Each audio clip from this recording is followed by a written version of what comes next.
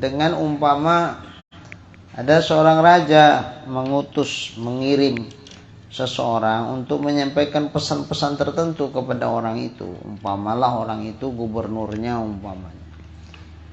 Nah, kau sampaikan ini, bilang pesan dari raja supaya gubernur ini menghadap. Nah, sekarang juga bilangnya, ya baik Tuan Raja. Datanglah utusannya. Pak Gubernur dipanggil sama Tuan Raja untuk datang menghadap dan katanya segera. Kau siapa? Ditanya sama Gubernur. Aku utusan Raja untuk menyampaikan hal ini kepada Pak Gubernur. Oh, betulnya? Enggak bohong kau? Enggak.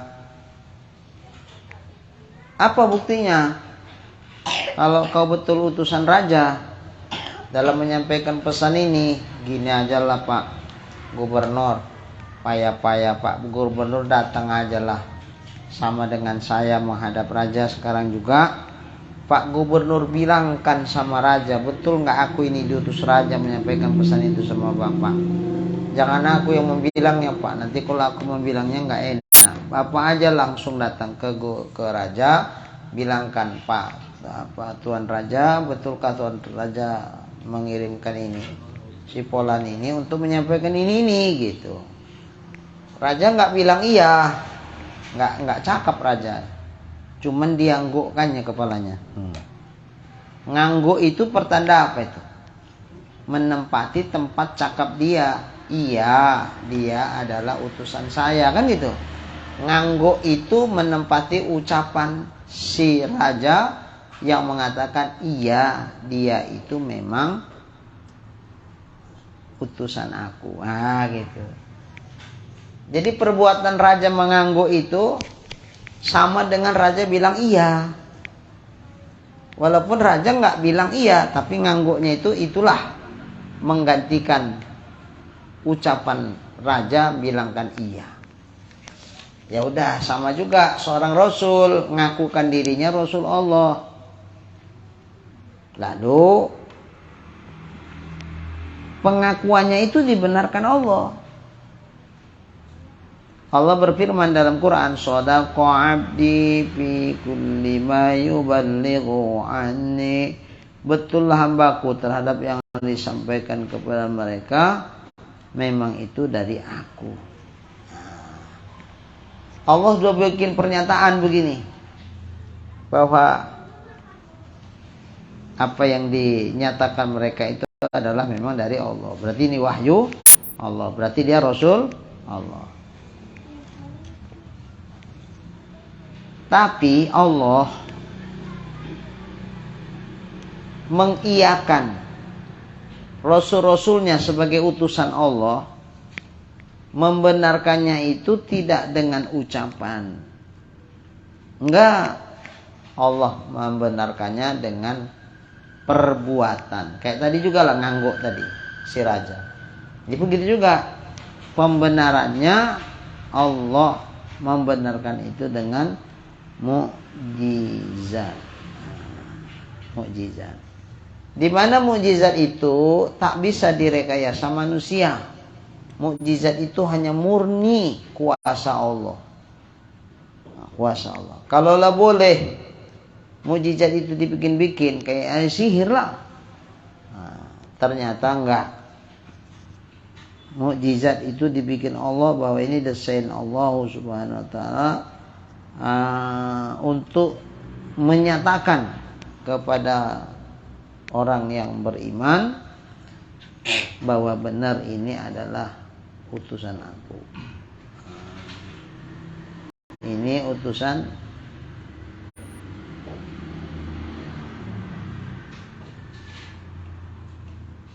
Maka ketika Allah membuat mukjizat pada Nabi dan Rasulnya, saat umat Nabi itu menghendaki itu terjadi, di mana yang dikehendaki mereka itu peristiwa yang luar biasa, yang harapan mereka Nabi gak akan mampu melakukannya.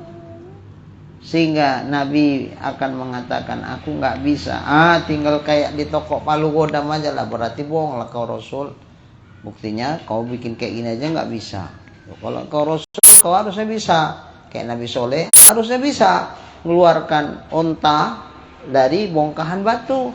Kalau kau bilang nggak bisa, ya berarti kau bukan Rasul lah, bohong kau. Itu yang mau disiapkan sama orang kafir itu. Nabi soalnya menjawabnya nggak bisa. Tapi Nabi selalu jawabnya, ya munajat sama Allah. Soleh, kalau betul kau utusan Allah, cobalah kau mintakan sama Allah kau tuh, supaya keluar dari bongkahan batu besar ini seekor unta, ya unta. Kalau Nabi Soleh jawabnya, ya mana bisa, ini kan peristiwa yang nyalahi biasa adat. Orang tuh udah siap-siap, berarti kau bohong lah, bukan Rasul. Kalau Rasul mesti bisa, gitu. Tapi Allah tidak menginginkan kekasihnya itu dihinakan seperti itu. Makanya dibikin Tuhan macam mana ondak orang tuh. Apa ondak kalian? Keluar unta, ku bikin gitu Tuhan. Puak bikin. Nah mereka paham dengan terjadinya mukjizat itu. Mereka paham bahwa ini adalah mukjizat. Di mana mukjizat itu merupakan amrun khariqatun lil adat, menyalahi yang adat biasa. Jadi karena adatnya kalau sembuh.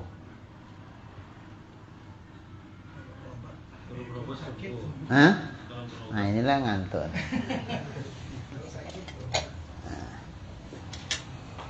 Tunggu dulu, biar minum dulu.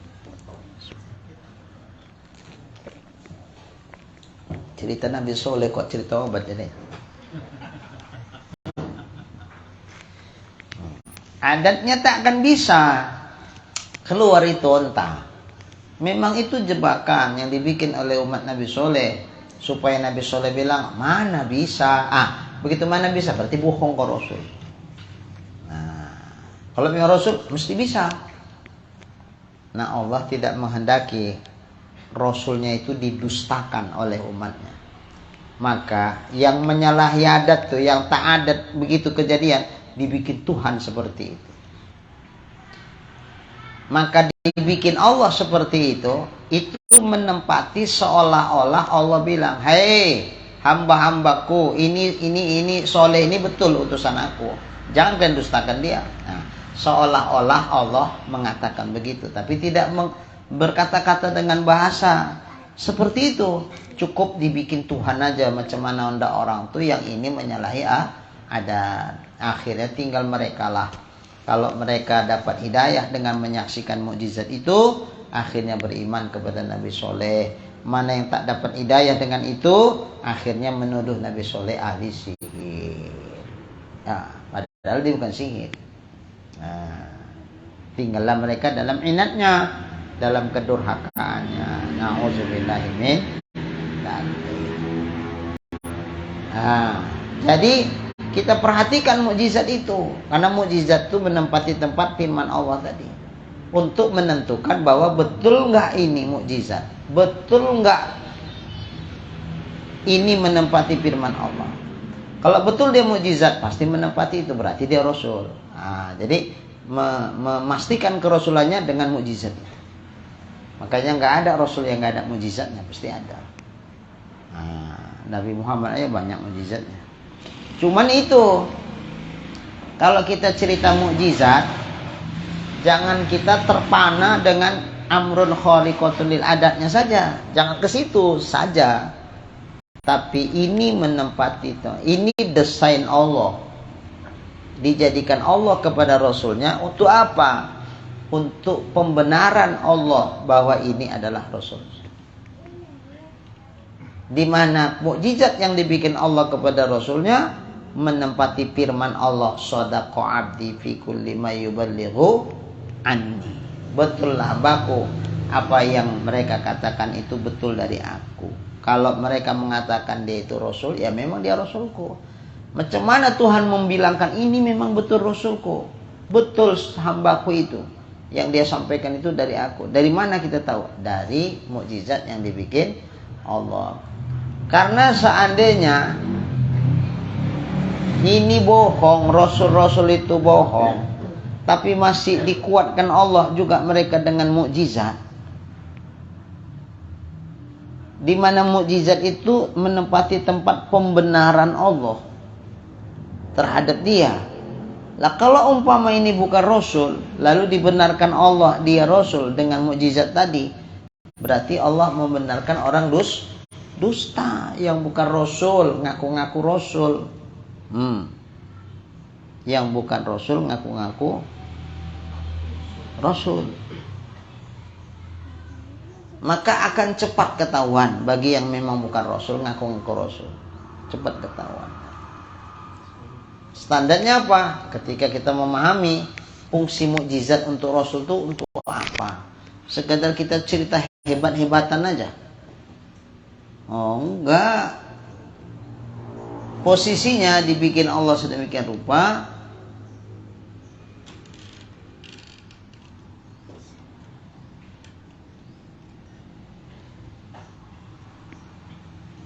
untuk pernyataan Allah, pembenaran terhadap Rasulnya. Nah, ini kunci ini sebetulnya yang harus kita pahami. Jangan kita cerita hebatnya itu. Ya memang kalau mukjizat pasti hebat, karena mukjizat itu tidak bisa diimbangi. Beda sihir. Kalau sihir itu ya sifatnya di atas ilmu ada ilmu. Jadi ilmu sihir ini masih bisa diimbangi sama ilmu sihir yang lebih hebat lagi. Tapi kalau mukjizat, nggak ada satupun yang bisa mengimbangi mukjizat, karena dia murni desain Allah Subhanahu Wa Taala. Nggak ada rekayasa Nabi di situ. Nah, cuma Nabi menurut aja.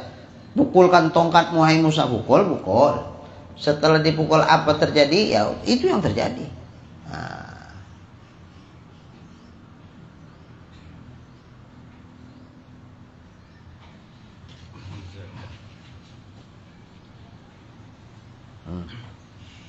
Tadi malam pulang Tanjung setengah 2, jam 2 tidur, jam 4 bunyi alarm udah bangun 2 jam. Allah. Nah, jadi kalau kita membaca, menyimak orang bercerita tentang mukjizat nabi-nabi dan rasul, ya mukjizat itu pasti heboh. Mukjizat itu pasti menyalahi adat. Dahsyat memang. Sehingga mukjizat itu hanya merupakan penciptaan dan rekayasa Allah lah kita bilang. Makanya nggak ada yang bisa mengimbangi mukjizat itu. Sehingga ahli sihir sekalipun dia paham mana yang sihir, mana yang bukan. Makanya saat tongkat Nabi Musa berubah jadi ular itu, penyihir Fir'aun itu bukan penyihir kaleng-kaleng itu. Mana mau Fir'aun make sekeliling dia penyihir yang kaleng-kaleng, dia raja, king of the king. Pasti yang penyihir yang paten-paten lah, yang memang ahli betul. Makanya waktu tongkat Nabi Musa dilemparkan berubah jadi ular besar, habis itu ular sihiran mereka berusaha langsung ngecas. Ini bukan sihir ini. Kalau sihir kami ahlinya. Ini dia sihir. Nah, lalu kalau ini bukan sihir, ini apa? Kerja siapa ini? Nah, kalau itu udah pertanyaannya kan jawabannya gampang. Selama ini Musa ngaku apa? Ngaku Rasul. Oh, berarti kalau gitu Tuhan Musa. Berarti betul itu Musa adalah utusan Allah. Nah, berimanlah mereka. Imannya nggak tanggung-tanggung dengan ilmu sihir yang mereka miliki, sehingga mereka memastikan bukan sihir. Kalau itu bukan sihir, berarti betul ini adalah mukjizat yang didatangkan Allah kepada para rasulnya. Nah, setelah kalau bicara dengan mukjizat ini, kan jauh berbeda dengan sihir. Sihir ini kan suatu pekerjaan yang bisa sifatnya berulang. Mukjizat itu sekali saja atau bisa juga ta'addud atau bisa berulang-ulang. Bisa berulang jika Allah menghendakinya, tapi kalau Nabi yang menghendakinya nggak bisa. Dan memang rata-rata mukjizat itu nggak ada yang berulang, sekali aja. Umpama dilemparkan jadi ular, yang jadi ular itu sekali itu aja. Nanti membelah apa lain lagi. Jadi tidak berulang-ulang. Sikit-sikit melempar jadi ular besar, nanti besok metiku lempar lagi. Nggak begitu. Karena ini macam mana mau Tuhan, bukan macam mana mau nabinya.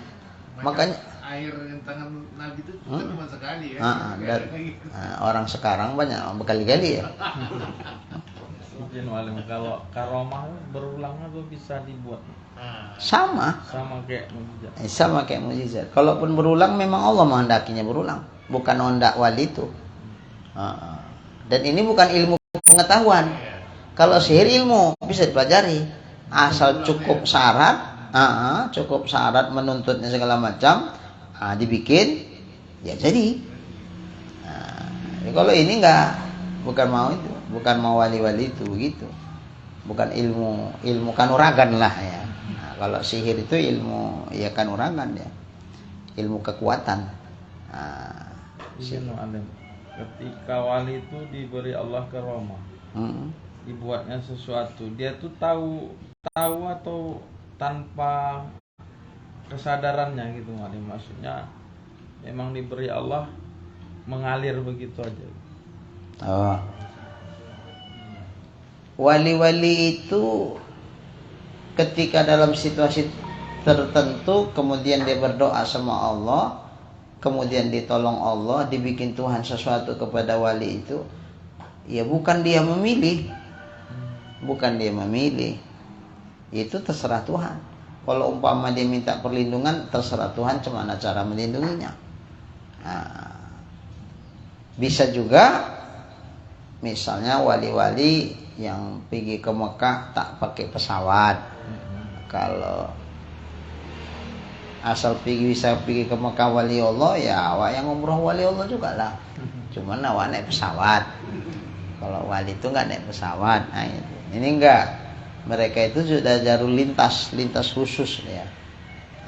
Makanya dibikin Tuhan sedemikian rupa. Ada bukan wali, ma'unah namanya. Ma'unah, pertolongan Allah. Ada zaman dulu, ada dibaca satu kisah. Seorang laki-laki mondok di satu pesantren. Dia nih tidak dikirimi sama orang tuanya karena susah. Akhirnya kebiasaan tradisi di pondok tuh, kalau nggak dapat kiriman, ya dia khidmat sama kiai. Apalagi bisa dikerjainya, tempat kiai itu dikerjainya, nanti dia makan sama kiai. Kalau kami dulu waktu mondok di Jawa Barat, ya kiai nanti habis taklim subuh, siapa yang mau bisa bantu ke ladang katanya gitu. Tapi bahasa Sunda dia, kira-kira bahasa Indonesianya gitulah. Ya udah ke ladang, nanam ini katanya. Ya udah pergilah, awak orang Medan nggak ngerti nanam kan. Udah mang gerak ikut baik kata orang. Udah mang ikut baik. Aku nggak pandai nyangkol. Wes, nggak apa-apa, ikut aja. Ya udah ikut, kepingin juga awak pula ke ladang kiai kan. Pikir ya, coba narik rumput pun jadilah ya kan. Kalau yang ikut ya puluhan lah. Habis itu pulang, nanti kiai masak nasi itu bakul-bakul. Ayo makan. Ya udah, orang makan. Biasa begitu. Kalau kiai pas butuh cepat entah nanam apa, ayo. Tapi tidak tiap hari, entah sebulan 2 kali gitu-gitulah. udah ikut nanti makan kiai. Itu yang sekali-sekali. Ada juga mungkin yang khidmat betul ya kan, ada yang memang nggak ada perkiriman sama sekali itu. Ya udah ikut aja mau kiai. Tradisinya memang seperti itu. Kiai pun apa namanya, makan tuh nggak kurang-kurang, ladangnya banyak. Jadi kalau padi nggak pernah beli, sayur-sayur tinggal metik gitu. Paling ikan lah, kalau ikan nanti dibeli. Paling itulah, ikan beli di pasar. Paling itu. Jadi nggak pala banyak modal lah. Kebun cengkehnya pun ada. Enak. Pokoknya kok di Jawa kiai banyaklah kebunnya. Di sini tak ada pula kebun kiai ya.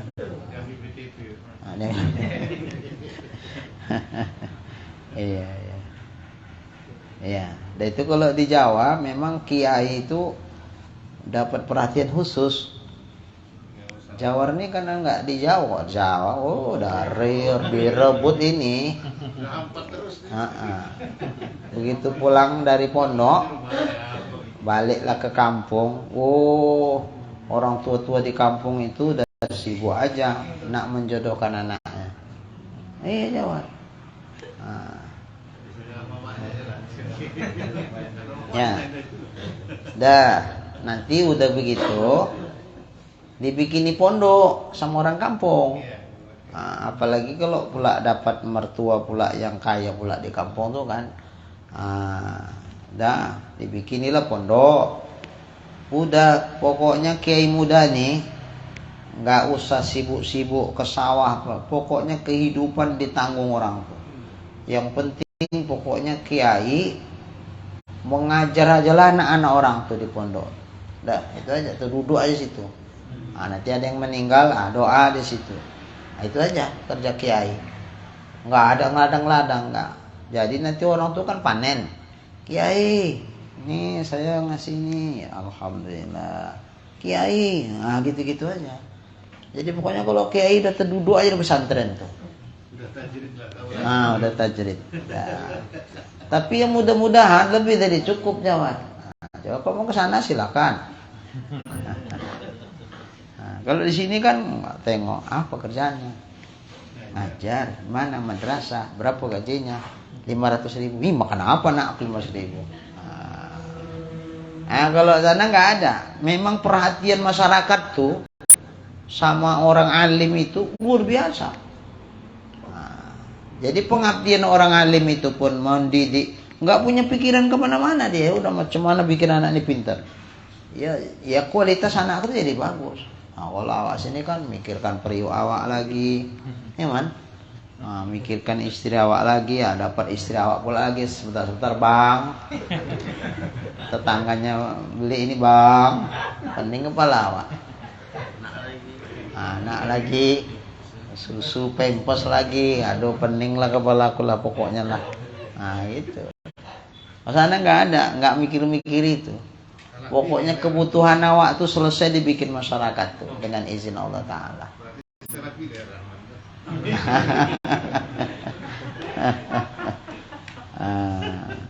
Jadi begitu di Jawa.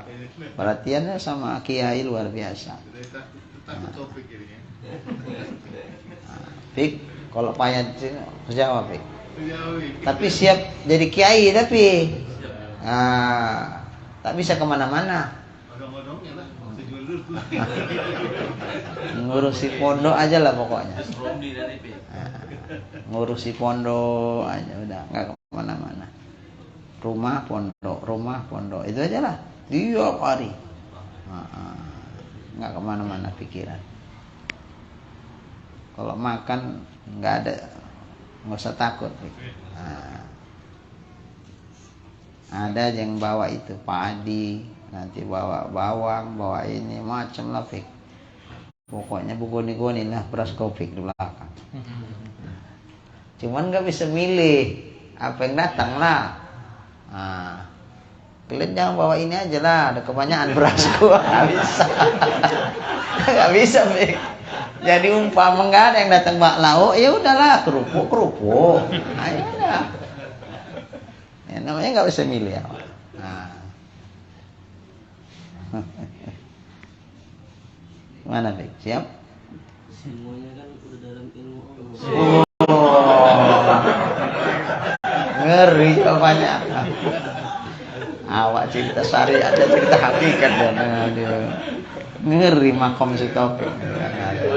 Wah.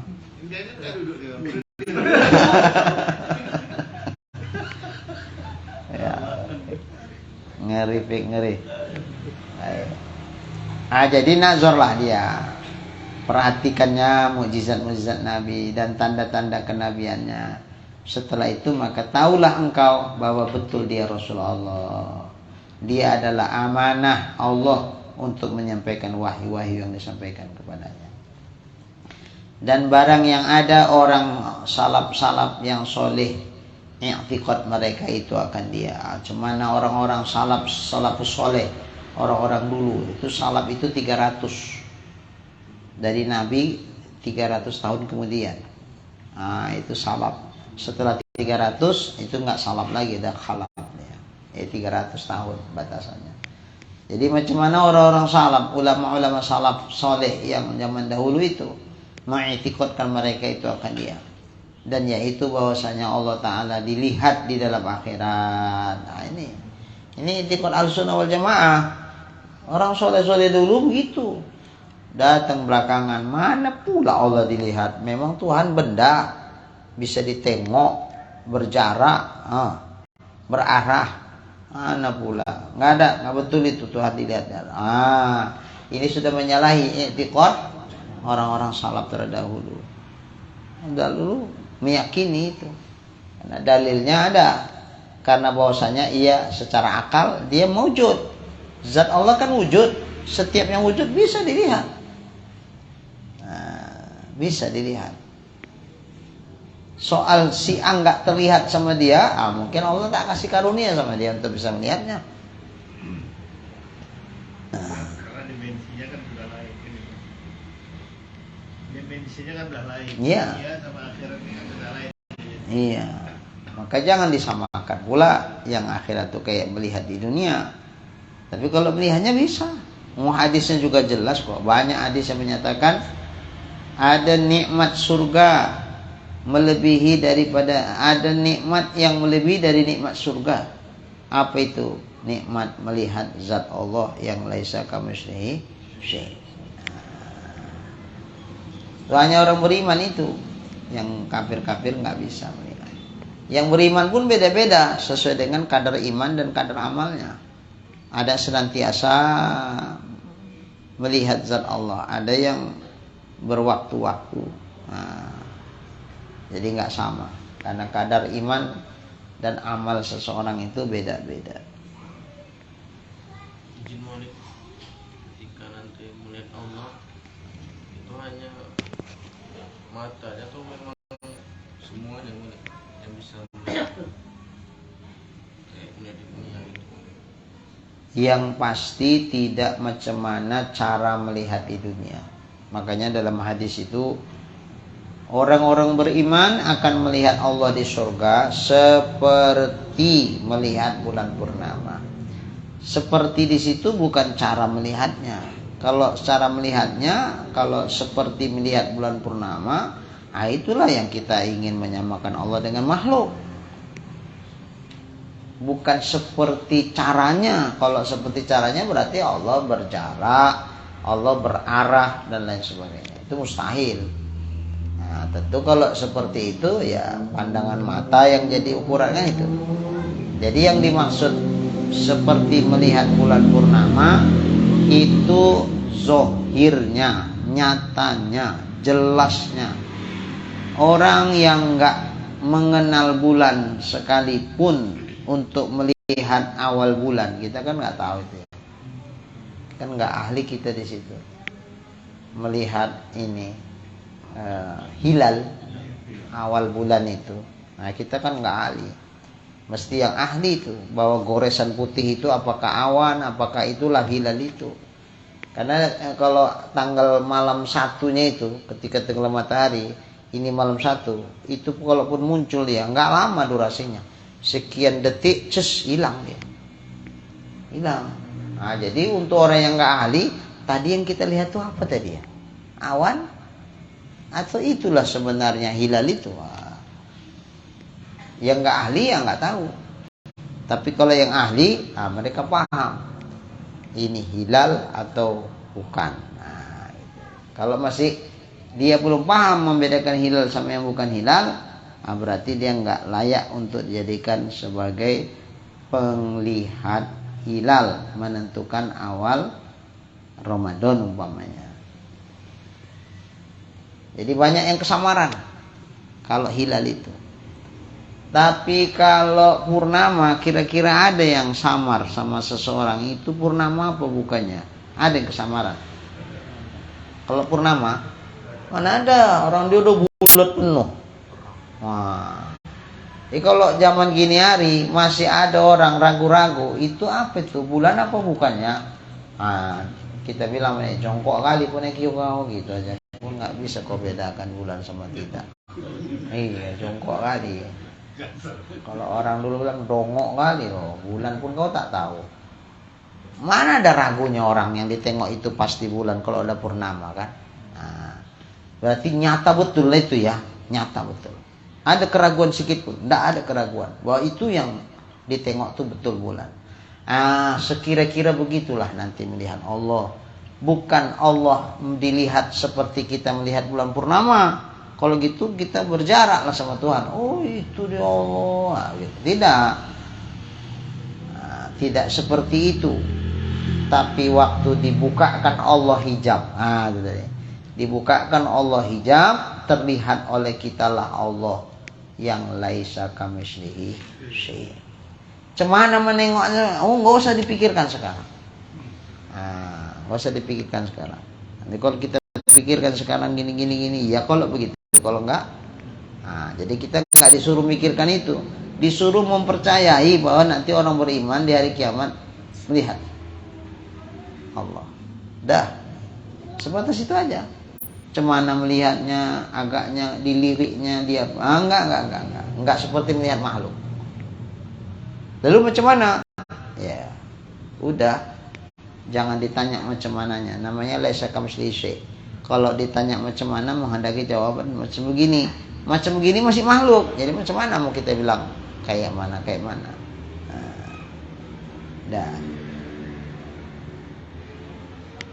Jadi i'tiqad Ahlussunnah wal Jamaah itu menyatakan Allah dilihat nanti di dalam akhirat. Karena bahwasanya dia maujud, Allah kan ada, setiap yang ada bisa dilihat.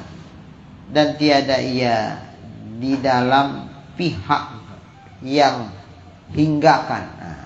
Allah itu tidak berada pada pihak yang dihinggakan, yang titik akhirnya. Mana dia? Itu situ. Situ mana? Itu yang di pojok kali itu. Oh itu. Berarti ada penghinggaan di pojok tuh. Nah, melihat Allah mustahil begitu. Mustahil. Enggak. Karena itu masih sama dengan melihat makhluk.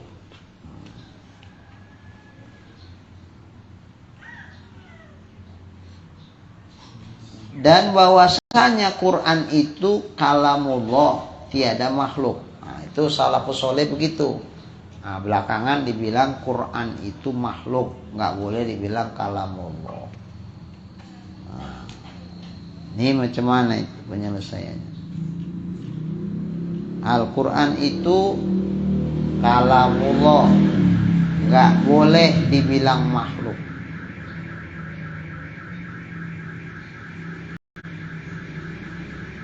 Yang dimaksud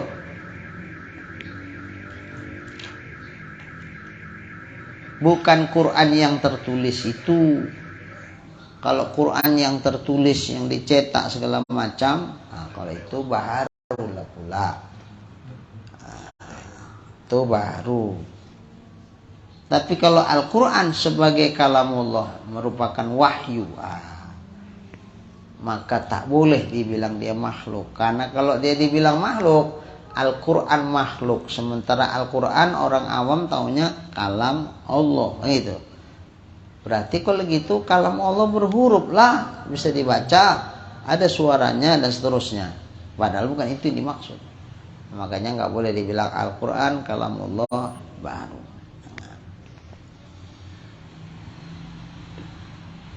Izin Alim. Iya. Yang maksudnya yang tidak baharu ini kan yang pada zat Allah itu kan. Iya. Kalam Allah. Sifat kalam Allah yang ada pada zatnya itu tentu nggak baru. Dia qadim lagi baqa. Makanya jangan kita sangka Al-Quran itu kan kalamullah.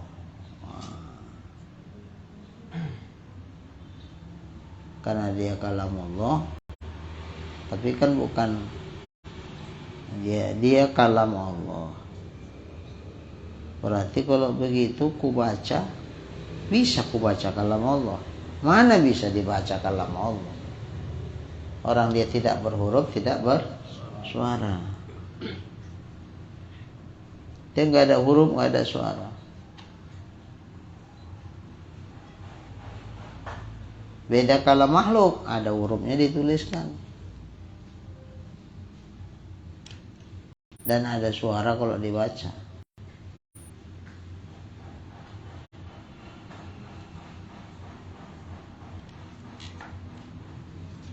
Astagfirullah.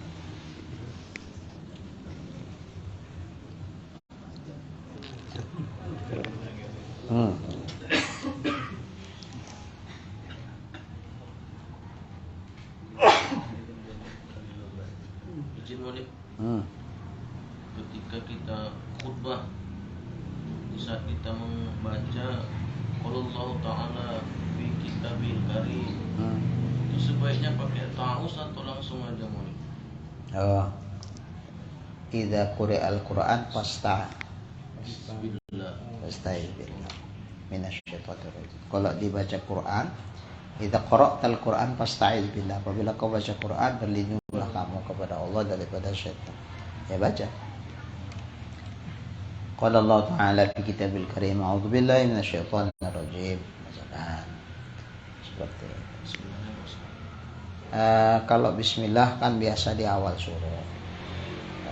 Ya pinomat lah auzubillah, mengamalkan hadis itu. Tapi apa nih? Di anak disunahkan juga ya kalau baca khusus bacaan ayat Quran dimanapun bismillah tetap nilai sunnahnya pun menurut Imam Nawawi itu tetap. Baik di tengah sekalipun itu, makanya memutus habis-habis ini banyak tidak mengamalkan sunnah. Ya. Ini yang tambahan Bisa. Jadi a'udzubillah, bismillah. Yang tak boleh surah Baroah itu. Ya. Kalau ya, surah Taubah ya. Itu ada beda pendapat antara Syekh Ibnu Hajar dengan Imam Romli. Kalau Syekh Ibnu Hajar dibaca di awal haram, dibaca di tengah makruh. Imam Romli dibaca di awal makruh, dibaca di tengah boleh. Nah, itu surah Baroah. Bismillah ya. Nah, maka selain ini ya silakan, tidak masalah. Tapi pinomat lah, kalaupun nggak dibaca dua-dua, pinomat a'udzubillah. Kalau membaca bismillah lebih bagus karena dia Quran.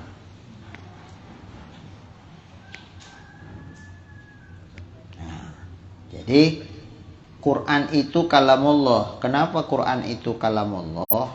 Karena Al-Quran menunjukkan dilalah. Dilalah akan satu makna. Yang makna dilalah dari Quran sama dengan makna dilalah yang dalam kalam Allah. Jadi Allah kalamnya tidak berhuruf, tidak bersuara, tapi dia menunjukkan satu makna. Makna yang ditunjukkan oleh kalam Allah sama dengan makna yang ditunjukkan oleh Al-Quran. Sehingga oleh karena itu Al-Quran juga disebut kalamullah. Memandang karena yang ditunjukkannya itu sama. Dari mana kita tahu Allah menyuruh kita puasa? dari dilalah Al-Quran itu. Ya ayyuhalladzina amanu kutiba alaikumussyiyam kama kutiba alal ladzina min qablikum. Ada situlah. Itu Quran apa kalam Allah? Itu Quran. Tapi makna Al-Quran itu sama dengan makna sifat kalam Allah yang ada pada zatnya, yang tak berhuruf, tak bersuara.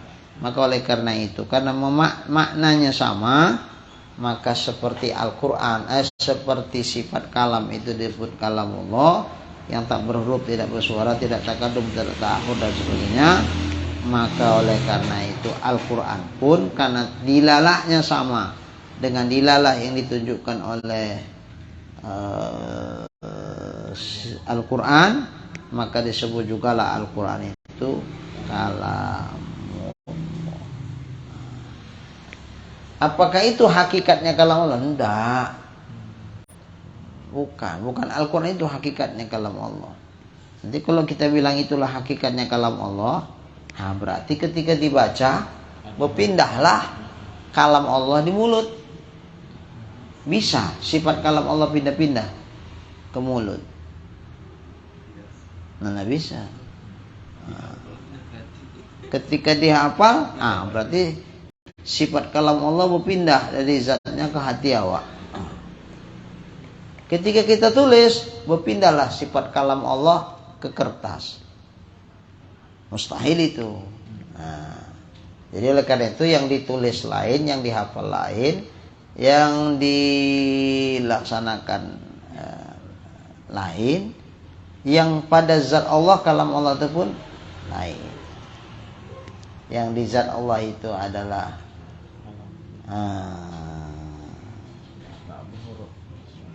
yang di dalam Al-Quran itu adalah mukjizat itu tadi. Dan yang di zat Allah itulah sifat kalam Allah yang laisa kamitslihi syai'. Lalu kenapa yang ini, yang ditulis, yang kita baca, yang kita dengar, ini disebut juga Al-Quran? Karena memandang makna yang ditunjukkan dia sama dengan makna yang ditunjukkan oleh sifat kalam Allah. Maka malam kalau untuk mendekatkan paham, kita menjelaskan sama orang, kayak kita menulis surat itu bisa umpamanya kita menulis surat menunjukkan Allah tuh berkata-kata tadi. Maknanya maksudnya. Bukan itunya. Makna yang kalau kalam Allah nggak ada huruf, nggak ada suaranya, sifat kalam. Al-Quran ini ada nggak hurufnya? Kalau dibaca bersuara nggak? Suara. Oke. Lalu kenapa yang bisa dibaca bersuara, yang ada hurufnya bisa ditulis, kok ini disebut kalam Allah ini? Apakah hakikatnya dia sifat kalam Allah? Enggak, sifat kalam Allah enggak berpisah dari zatnya. Lalu kenapa ini kok dibilang kalam Allah? Disebut kalam Allah memandang. Karena makna yang ditunjukkan oleh Al-Quran sama dengan makna yang ditunjukkan oleh sifat kalam Allah yang ada pada zatnya.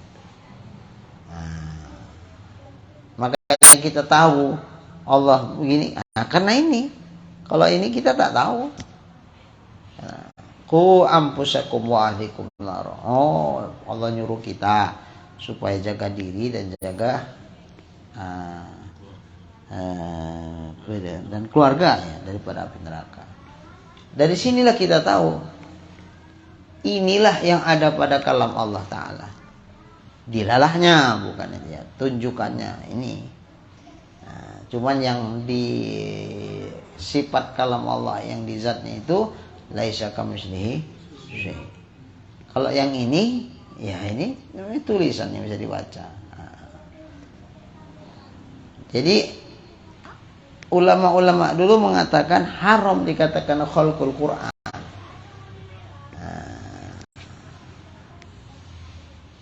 Nggak boleh dibilang itu makhluk, merendahkan dia.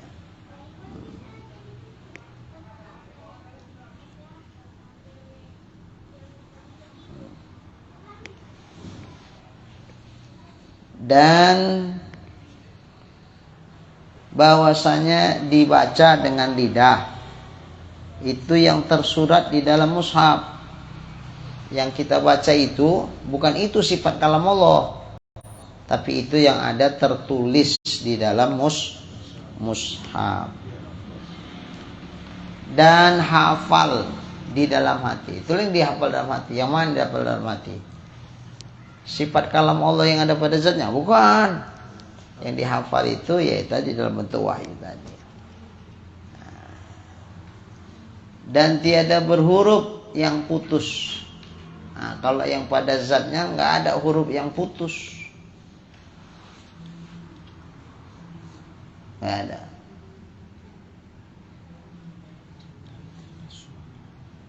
Kalau dia putus-putus berarti sama kayak kalam makhluk biasa. Kalau ini enggak. Mukhalafah lil hawadits.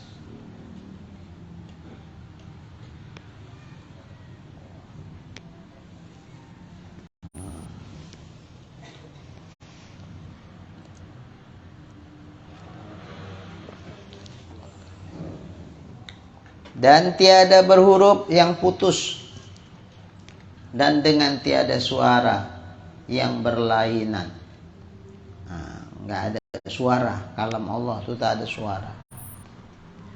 Kalau Al-Quran dibaca bersuara nggak kita? Bisa. Jadi kalau gitu kita bilang ini kalam Allah seperti yang ada pada zatnya. Ada tuh beda. Nggak. Kalau yang ini bukan kalam Allah.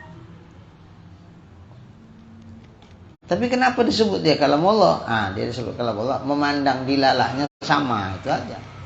Tapi hakikatnya beda nggak? Beda. Sama kayak bayang-bayang, sama tangan. Siapa yang bilang bayang-bayang itulah tangan itu sendiri? Salah apa betul? Salah. Tapi kalau dibilang bayang-bayang tangan ini menunjukkan diri tangan itu, salah apa betul? Tuh, tangan ini menunjukkan diri tangan itu.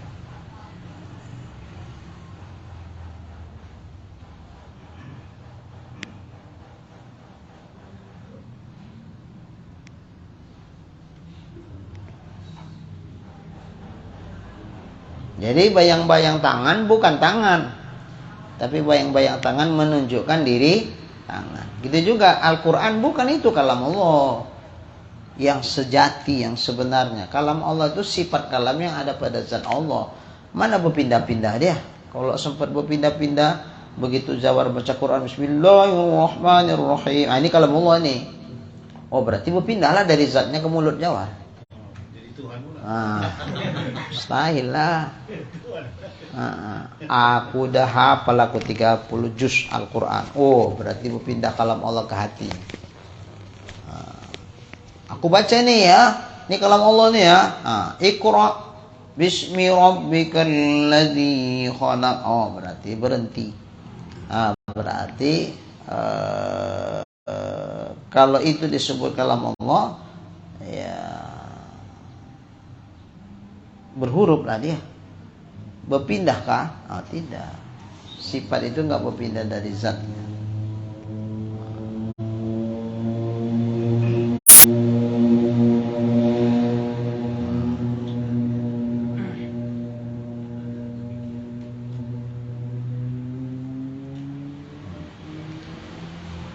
Karena jikalau ada demikian itu, niscaya adalah jumlah makhlukot. Berarti dia bahagian dari jumlah makhluk-makhluk. Sementara kalam Allah bukan makhluk. Dan bahwasanya ia tiada di dalam milik dan malakut, melintas khotir. Dia pun bukan di dalam milik atau malakut, alam malaikat. Enggak.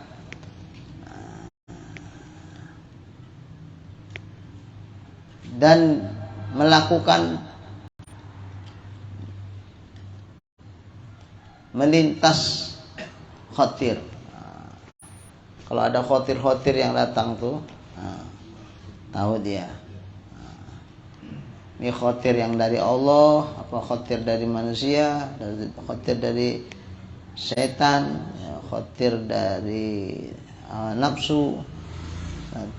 Izin Mu'allim, khawatir ini bisikan Mu'allim. Lintasan. Lintasan dalam hati. Kalau bisikan kan ada suara. Oh, Nah, ini lintasan. Lintasan hati aja. ragu bisa dikatakan khawatir Mu'allim. Ada. Dalam hati. Iya, ada beda juga istilah khawatir itu untuk yang ini lintasan-lintasan. Kalau ragu itu sesuatu yang memunculkan keraguan. Nah, walaupun itu macam-macam terlintas juga awalnya kan itu. Nah, tapi beda khawatir, beda ragu. Nah, beda. Lebih kalau khawatir itu sesuatu yang muncul di hati dia. Begini. Nah, makanya orang Dorongan dalam hati itu. enggak getaran. Getaran. Nah, beda dorongan itu berarti mensupport kita gitu. Ini enggak, ngelintas saja dia, ces, nah gitu aja. Makanya selama tidak ditangkap enggak apa-apa. Cuman kadang-kadang begitu ser katanya terus awak tangkap dia. Nah, itu yang berbahaya kalau itu dari setan. Jadi khawatir itu bisa juga dalam bentuk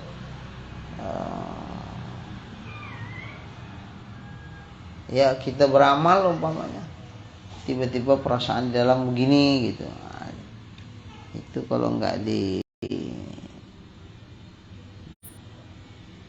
dijelaskan lah kita bilang, nah, itu agak sedikit berbahaya. Nanti dia nyimpulkan sendiri. Nah, takutnya.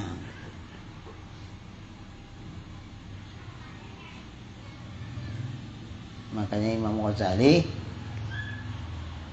membuat lintasan-lintasan hati itu penimbangnya yang pertama ya hukum syara.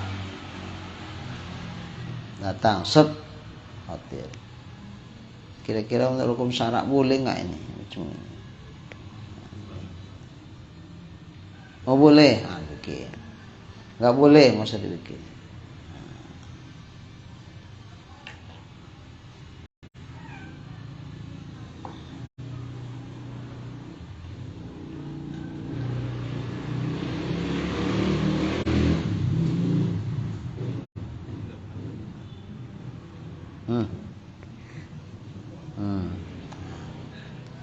Ini datang khawatir ini dari mana? Ini dari Allah bisa, dari malaikat bisa, dari setan bisa, dari hawa nafsu bisa. Cuma ada bedanya. Nah, dijelaskan sama Imam Ghazali. Kalau datang dari Allah begini biasanya, kalau datang dari setan begini. Nah, dan Imam Ghazali mengatakan itu bukan tanpa alasan, ada alasannya. Makanya harus paham kita membedakan ini dari setan apa dari manusia apa dari. Jangan semua ditangkap, jangan semua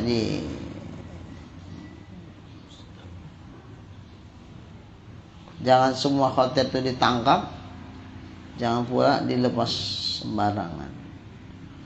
Jadi ditimbang dulu khawatir itu pakai timbangan syara.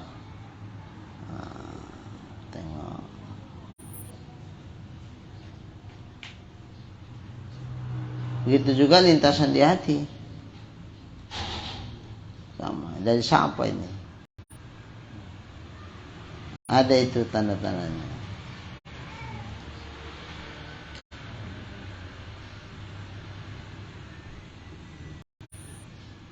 Astagfirullah.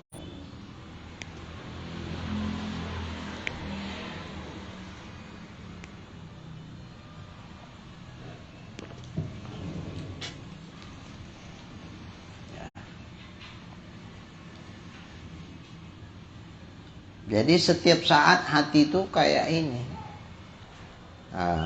Khawatir yang datang itu bisa kayak tetesan air hujan itu nggak berhenti dah. Tus. Maka kita harus waspada. Yang mana yang boleh diikut, mana yang tidak, mana dari setan, mana itu harus paham. Ada ciri-cirinya dibikin. Nah, itu khatir.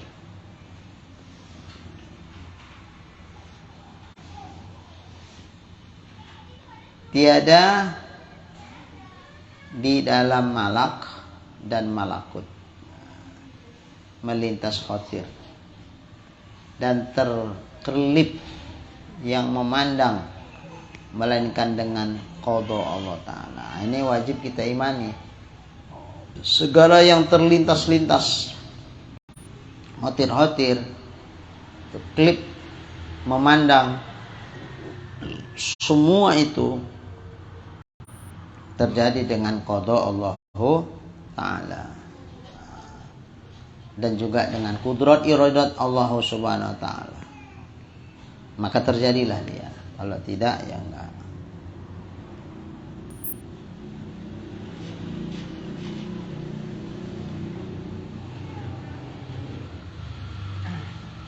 Maka untuk yang sudah terjadi, orang kalau sudah pegangan tauhidnya begini, enggak ada dia keluh kesah, enggak ada. Sebelum terjadi,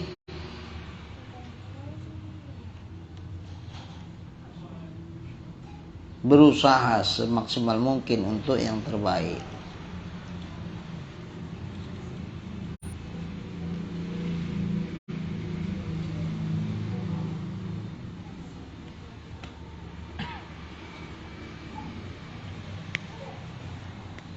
Sebelum terjadi,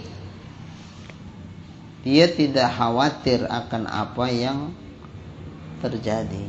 Sesudah, tidak disesalinya. Inna awliya Allah la khawfun alaihim wa la hum yahzanun.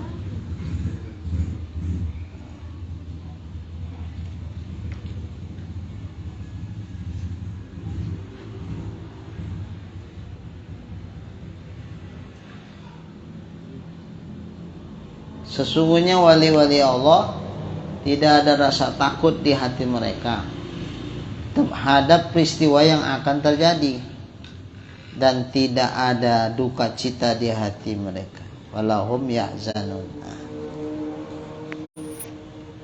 Yang didukakan mana? Yang sudah terjadi. Allah, coba kalau tadi nggak kayak gitu, ku bikin nggak kayak gini kejadian. Nggak, wali nggak mau kayak gitu. Umpama tadi ku bikin kayak gitu, memang kayak gitulah kejadiannya. Begitu. Makanya untuk yang belum terjadi,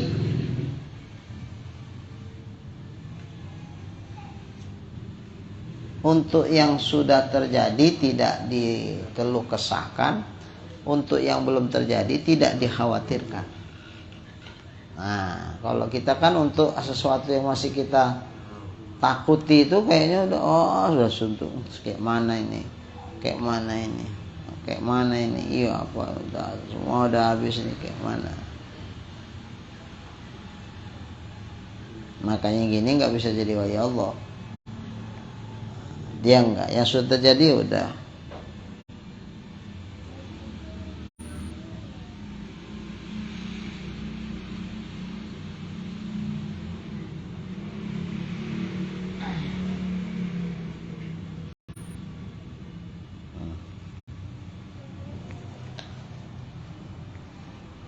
Karena semua itu terjadi dengan kudrat dan iradat Allah. Jadi nggak usah dikeluh kesahkan. Izin boleh. Ada nggak wali Allah yang usianya muda?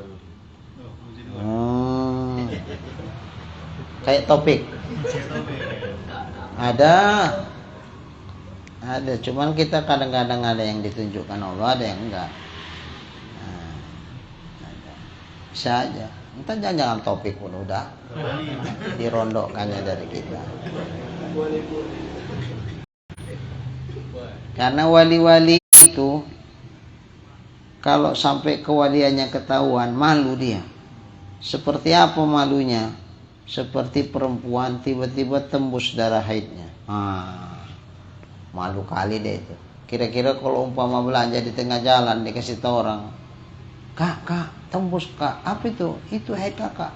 Balik apa terus belanja? Balik, malu dia. Wali-wali itu pun gitu, malu dia nunjukkan kelebihannya. Topik tak tahu malu. Oh, kalau kayak gitu nggak jadi wali lah itu.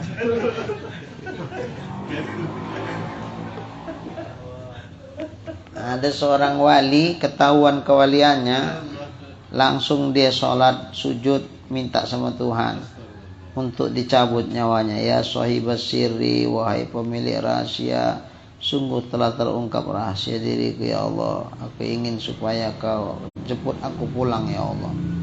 Tahu-tahu mati dia. Topik berani gitu.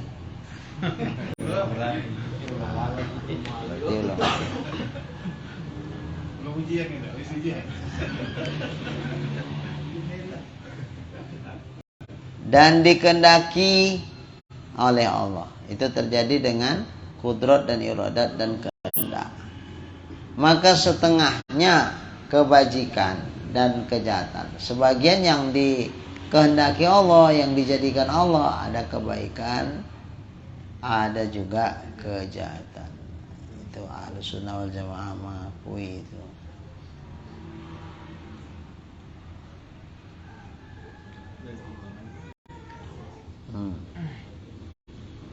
Dan ada pula manfaat, ada pula mudarat. Itulah yang diqodoi Allah dengan kudrat dan iradatnya.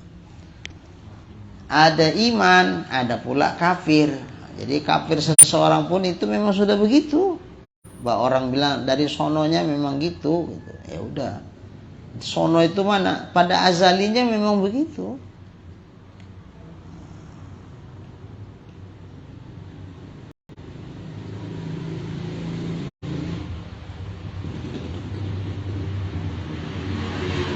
Dan bahwasanya singgah dulu ya ini ya mudah-mudahan yang kita kaji insyaallah menjadi bermanfaat, amin. Ini wajib diitikadkan begitu. Ini kan cerita masalah bagaimana tauhid ini, ngaji tauhidnya setingkat mana. Oh wajib mengimani ini tasawufnya macam mana, fikihnya macam mana, itu yang lalu kan. Ini mas tauhid ini. Bismillahirrahmanirrahim. Alhamdulillahirabbil alamin. Wassalatu wassalamu ala asyrafil anbiya'i wal mursalin wa ala alihi washabbihi ajma'in. Allahumma rzuqna imanan kamila wa yaqinan shadiqa wa qalban khashi'a wa ilman nafi'a wa amalan maqbula wa taubatan nasuha wa husnal khatimah. Allahumma rzuqna rizqan wasi'an halalan tayyiban mubarakan jamilan wa ilal khairi qarribna wa 'anil syarri ab'idna wa qul hawaijana fid din wad dunya wal akhirah innaka 'ala kulli syai'in qadir. Sallallahu ala sayyidina Muhammad wa ala alihi wa sahbihi ajma'in. Walhamdulillahi rabbil alamin. Taqabbalallahu minkum